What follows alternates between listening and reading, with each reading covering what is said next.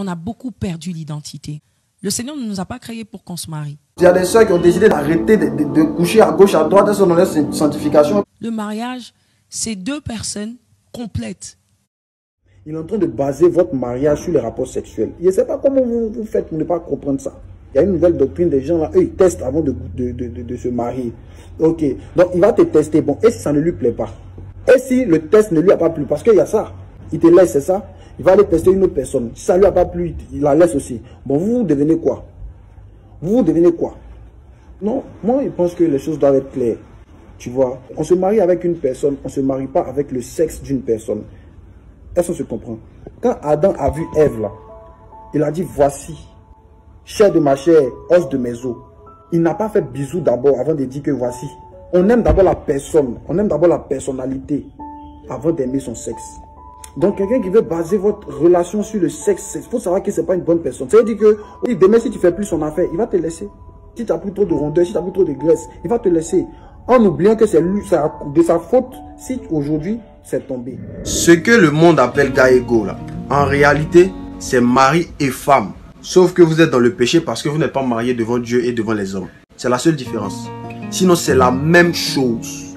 Gaégo là, c'est mari et femme dans le péché. Tu es là, c'est non, c'est juste mon gars, c'est juste ma go. Non, en réalité, c'est ta femme. Parce que quand vous couchez ensemble, vous devenez une seule chair. Au même titre que mari et femme. Mais je répète, puisque vous n'êtes pas marié, vous êtes dans la fornication. Donc c'est un péché. C'est la seule différence. Sinon, c'est les mêmes retombées. Mari et femme s'embrassent, gars et go s'embrassent. Mari et femme couchent ensemble, gars et go couchent ensemble. Il n'y a pas de différence en fait. C'est les mêmes impacts spirituels. Mais Satan nous fait croire que c'est de l'amusement, que genre, c'est rien. Non, c'est pas de l'amusement. Tu te rends compte en fait que c'est pas de l'amusement quand il y a un enfant qui vient. Quand il y a un enfant qui vient là, c'est là que tu te rends compte que, attends, petit mouvement on a fait, chap chap là, tu n'as jamais parlé d'enfant. C'est toi qui fais son petit mouvement. Frère, tu es dans un sérieux mariage. Est-ce que ces femmes, elles reçoivent ces enseignements à l'église? Parce que la plupart, quand on regarde à l'église, hein, sans vouloir trop ouvrir les yeux, on voit que ce sont les femmes qui remplissent les églises. Yes. Mais quand on revient dans la société, les femmes sont source à problème. Yes. C'est elles qui se comportent mal dans leur foyer, ces femmes-là qui servent à l'église peut-être, c'est elles qui sont dans le commérage, c'est elles qui sont dans tout ce qui ne va pas. Pourquoi? Alors que quand on voit Maman Dena, son témoignage, il faudrait qu'on se le dise de votre vivant, c'est un bon témoignage. Et ce que vous dites, ça édifie. Mais pourquoi ça ne sort pas à l'église? Ou soit les femmes n'écoutent pas. Même la Bible dit, la foi vient de ce qu'on entend. C'est vrai que la Bible continue par dire que et ce qu'on entend vient de la parole de Dieu. Ça, c'est dans la Bible. Mais si on doit l'emmener de manière aussi physique et intellectuelle, si aujourd'hui, des gens viennent me raconter plusieurs choses sur toi, même le fait que je ne te fréquente pas, ça me donne déjà une certaine image. C'est-à-dire, je me fais une image de toi qui va rester dans mon subconscient et je te traiterai selon l'information que j'ai reçue de toutes ces personnes que je connais. Admettons que ce soit ces gens qui te connaissent plus que moi et qui me rapportent des choses sur toi. Le fait que je leur ai prêté mon oreille, je me crée une image de toi par rapport à ce qu'on m'a dit de toi. La parole de Dieu nous est donnée comme un plat. Le plat est servi sur la table. Comment vous mangez, ce n'est pas quelqu'un qui doit vous dire comment vous mangez. La manière dont vous digérez dépend de votre système organique. Ça dépend aussi du fait que vous choisissez de prendre de l'eau avant ou après avoir mangé. Ce qui pourrait déterminer comment ça devrait travailler dans votre ventre. Je crois que on a beaucoup perdu l'identité. On a perdu l'identité. J'insiste sur l'identité. C'est quelle identité chrétienne? Non seulement l'identité chrétienne, mais l'identité de la personne. Ok. Je n'aimerais pas toucher ce point parce que ça va nous emmener loin. En grandissant, qu'est-ce qu'on lui a enseigné? Même réunir ma maman. Moi, aujourd'hui, je le dis, ça pourrait paraître mal. Le Seigneur ne nous a pas créés pour qu'on se marie.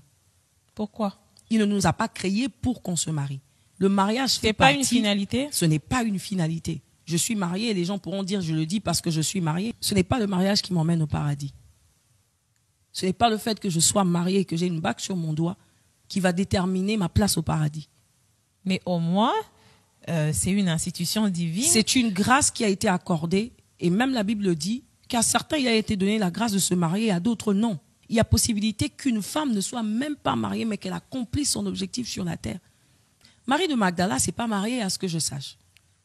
Dans la Bible, je n'irai même pas, je veux pas aller loin dans le sens. Marie de Magdala ne s'est pas mariée. Mais c'est parmi les femmes qui ont impacté le ministère de Jésus-Christ dans la Bible. Qu'est-ce qu'on dira de ces femmes? Que Dieu a fait une erreur de ne pas permettre qu'à ces femmes, en tout cas de ce que nous lisons, on n'a pas vu un jour qu'elle s'est mariée. Mais elle a suivi Jésus partout. Elle a été parmi les messagères, les messagers, si je peux le dire comme ça, qui ont apporté la parole de Jésus loin. Je crois qu'on devrait changer le langage déjà avec nos filles, avec nos enfants. Dès le bas âge. Qu'est-ce qu'on leur dit? Tu as de la valeur. Tu es une personne à part entière. Le mariage, c'est deux personnes complètes qui viennent se mettre ensemble pour créer la perfection, si vous voulez. La farine, c'est un repas complet. On peut préparer que de la farine et le manger.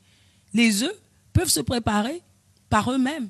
Mais quand on mélange les œufs, on mélange la farine, on rajoute le sucre, ça fait un gâteau. Un autre repas qui... Une plus-value. Voilà.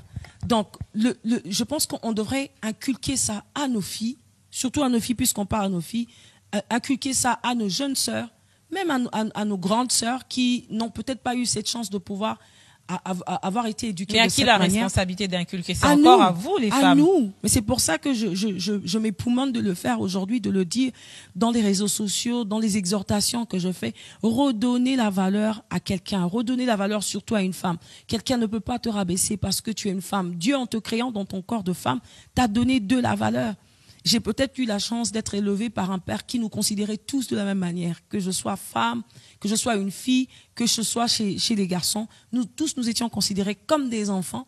Il voulait tous qu'on arrive loin. Et aujourd'hui, mon père est très fier de moi. Je parle de mon père biologique. C'est une grâce. C'est une grâce parce qu'il sait qu'il avait investi dans ma vie une certaine confidence.